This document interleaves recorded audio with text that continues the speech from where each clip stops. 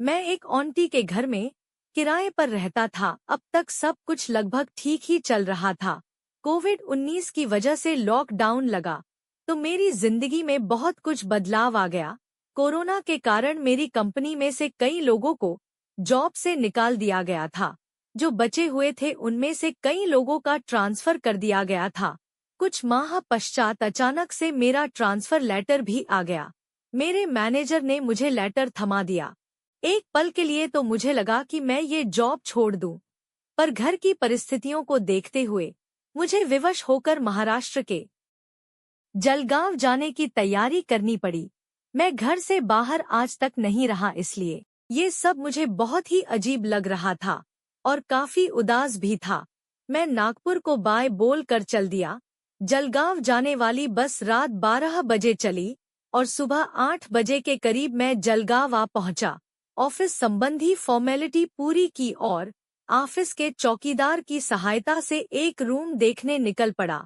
मेरे ऑफिस के सबसे पास एक खान अंकल का रूम था, तो उसी कमरे को मैंने फिक्स किया और उन्हें फोन करके फोन पे से एडवांस दे दिया। अगले दिन जब मैं उनके घर के रूम पर आ गया तो अंकल ने मुझे चाबी दे दी। मैं कमरा सेट किया और उस दिन मैं जल्दी ही अपने ऑफिस चला गया। वापस शाम को 5 बजे जब मैं अपने रूम पर आया तो फ्रेश होकर छत पर आ गया। मैं सिगरेट पीते हुए कानों में हेडफोन लगाकर गाना सुन रहा था। उसी वक्त एक औरत छत पर आई।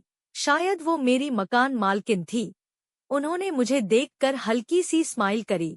छत पर उन्होंने गेहूं सुखाने के लिए डाला हुआ था, तो उसी को समेटने के लिए आंटी छत पर आई थी। अचानक से आंटी की नजर गेहूं समेटने के दौरान मेरे ऊपर पड़ी। आंटी ने मुझे घूर कर देखा और काफी गुस्से से अपना काम जल्दी जल्दी करके वहां से चली गईं। मैं भी चुपचाप रूम में चला गया। लगभग 4 दिन बाद लगभग सुबह 9 बजे उठकर मैं छत पर घूम रहा था कि वो आंटी फिर से कपड़े सुखाने आईं। कुछ पल के बाद उन्होंने मेरा नाम पूछा, तुम्हारा क्या नाम है? मैंने नाम बताया। उस दिन आंटी से लगभग आधा घंटे तक मेरी बात हुई। मैंने अपने बारे में उन्हें सारी डिटेल वगैरह बताई।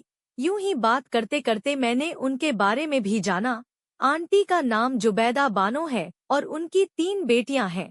इस समय वो सभी किसी रिश्तेदार की शादी में आउट ऑफ स्टेट गई हुई हैं और उनकी बेटियां 1-1.5 माह बाद वापस आएंगी।